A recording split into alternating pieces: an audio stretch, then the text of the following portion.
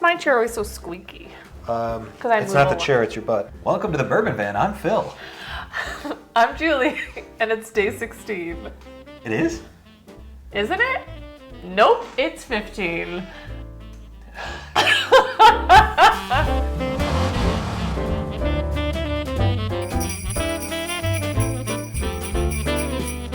So we're back up to this weird matchup here where we both moved one forward, then we had a little divide on the back two.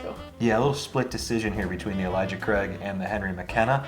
So we're going to be trying 3 total bourbons today. Julie has her 2, the Toasted Barrel, Elijah Craig, and the 1792. I have my 2, the Henry McKenna and the 1792. We're probably not going to be tasting the same glasses because... Yeah, I poured his, he poured mine. Yep, so we are fully blind tasting here. The 22nd overall pick, 1792 single barrel store pick from Total Wine in Washington. The Elijah Craig Toasted Barrel was our wood finished bourbon for bracket 3, so it's the number 6 overall seed. And Henry McKenna Bottled and Bond 10-year was the 27 overall seed. So we're all over the map here. Mm-hmm. And I'm quite surprised that the Toasted Barrel is still in play. As am Considering how I was not a huge fan of it early on this summer. No, we really sandbagged that thing when we did the wood finished challenge, which you can watch on the channel. Let's get into it. I'm ready. I don't want to talk. I want to drink.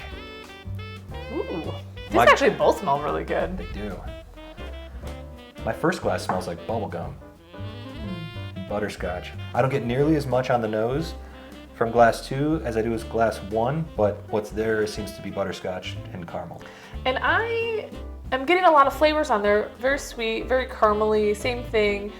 I thought maybe I'd be able to tell right away on the nose. There's some places where they kind of like veer left and right. Yeah. Left and right, right and left.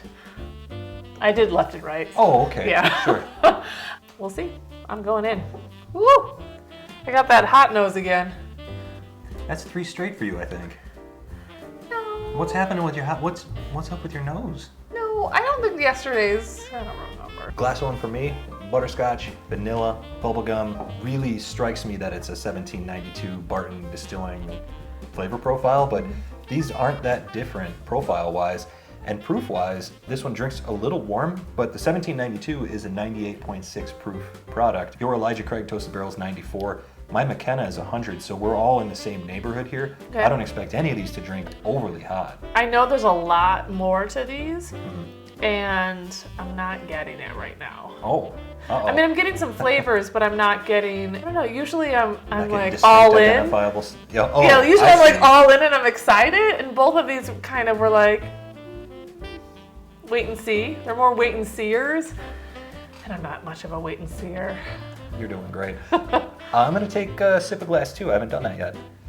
I wish we were drinking the same ones. I had a little sad note on my tone on that one. Well, glass 2, a little butterscotch, a little caramel, but there's a bready note there that I didn't get at all on glass 1.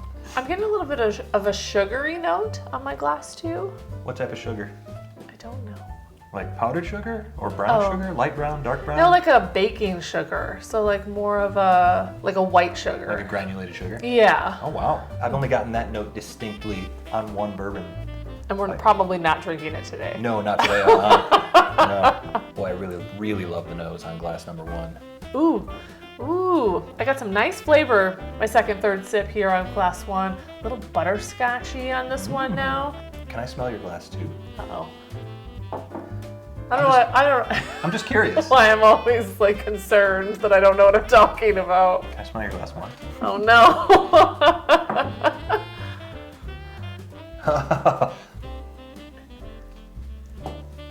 You know what's what? Yeah. How do you know what's what? Oh, I'm so bad at this. One of them smells like s'mores. I'm so bad at this. One of them smells like gooey toasted marshmallows. Do you have a front runner right now? No. Okay. I don't.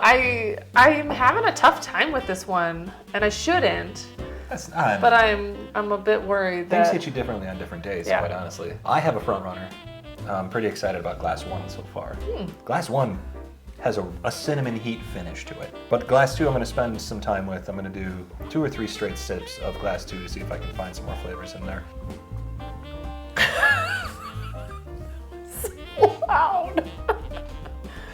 gulper.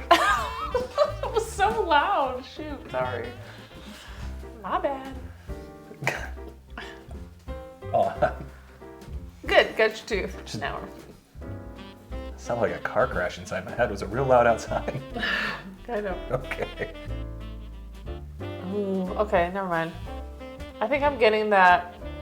Did you just clear your palate with some water? I did, and I think it cleared more than just my palate. I think it just cleared the whole thing.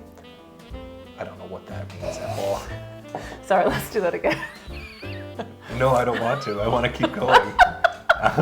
I'm going down. I'm all in on whatever is happening right now. No, don't be all in.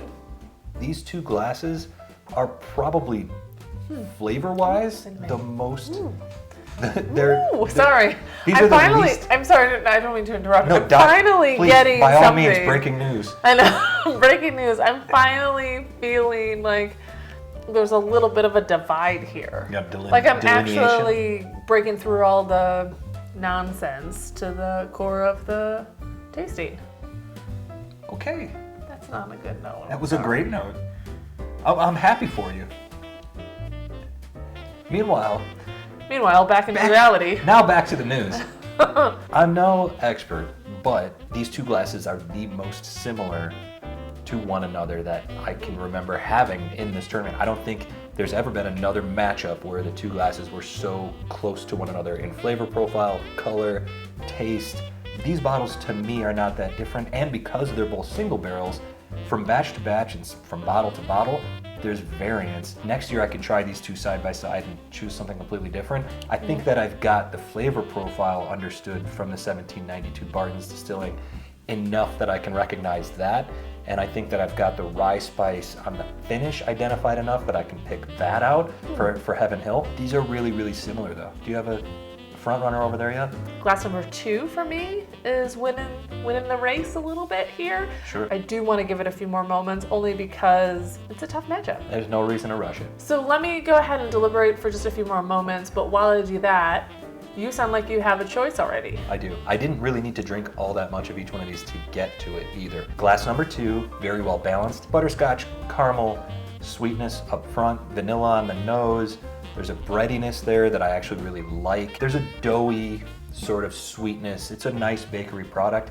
The tail end of it has a bit of spice. It kind of reminds me of maybe like a pecan pie. I don't know what you put in a pecan pie. There's a spiciness on the palate with that, whether it's cinnamon, nutmeg, whatever that baking spice is.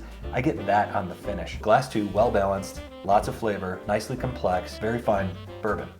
Glass number 1, meanwhile, butterscotchy, vanilla, caramel, almost like a really sweet apple, but not being overly apple flavor. It's just a little bit unexpected. There's a bubblegum note there that's kind of nice. Yet again, I think I'm learning something about myself in this tournament.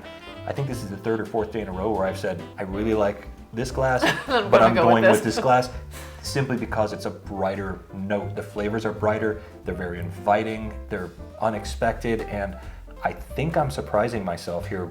I'm choosing glass 1, and I'm pretty sure I just chose 1792 over Henry McKenna 10-year. I don't know for sure. I think so. Should we find out? Yeah, I just talked for 15 minutes or so. Did you make a choice in that time? I'm ready, but let's look at yours first. Okay. I chose the super good glass. You chose 1792. Wow. Are you surprised? You know, it's a surprise for me. I didn't expect to see it this far along in the tournament, but here we are. McKenna, I don't know if this was in my top 10 before or top 15 bourbons. It's priced itself out of that at this point. How can you give up this beautiful gold cap that's going on? I with really dig the 1792? style of the 1792. Boy, it's got a tall order ahead of it if it's going to square off against Old Forester 1920 in the next round. But more importantly, I'm excited. I'm excited because I want to know what you've chosen. I'm actually really, really stoked for this because you didn't seem to have any idea what you wanted to choose early on. Seemed like you started getting some flavors. I saw you making some funny faces over there. I did. While you were more eloquently describing the reasons that you chose what you chose, I'm a talker. that I'm going to do because I don't have much to say. The last couple sips that I did here really gave me a little bit more clarity on which direction I wanted to go to. The more that I did kind of take in the aroma. Number 2 won out for me in the end. This last couple sips of glass number 1 were a little bit harsh for me. I was getting some flavors, some sugary flavors. It wasn't like fruit sweet, but just kind of like baking sweet. Maybe like a s'moresy kind of taste to it. It kind of fell flat for me on that glass. Glass number 2 though, the more that I drank it, really opened up. Butterscotch flavors, luscious flavors. Yeah. Is that a good word? I don't know. Yeah. I think that makes sense, especially if it's the bourbon that I think it is that's in that glass. Yeah. I agree. There's a luxurious quality to it that I'm gonna give it away here. Matches its beautiful gold label topper. If you let it sit a little bit longer and open up, it is just really enjoyable. So for that, glass number 2 is what is going to move forward for me. That makes a lot of sense.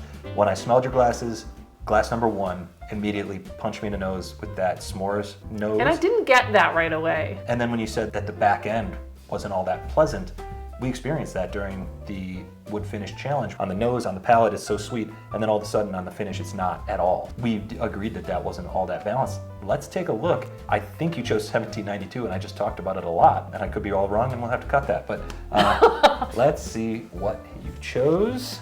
Did you choose the local glass or the super good glass over there? Oh, super good. Sorry. Yes. Super good. 1792 single barrel total wine store pick. So these 2 bottles started off against one another. We each put a different one through, but neither one blew us away. And we had a feeling at that time that neither one of them was long for this tournament. And now that's been proven. I kind of want to look back and see, like, did the ones that we agree on actually move forward, or did the ones that we split on move forward?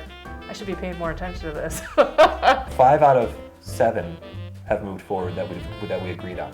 Okay. Well, 5 out of 7? Yeah. That's pretty good. I think that math is correct, but I did it really, really quickly, and I have been drinking. Collectively, we just have tremendous palates and great taste. Tremendous. Obviously. Anything else that you'd like to add? What is it, day 15 is over?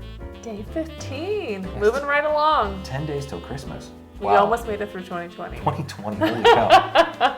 Well, I think there's only one thing left to do, and that's to say, from wherever we are, to wherever you are, cheers. Cheers.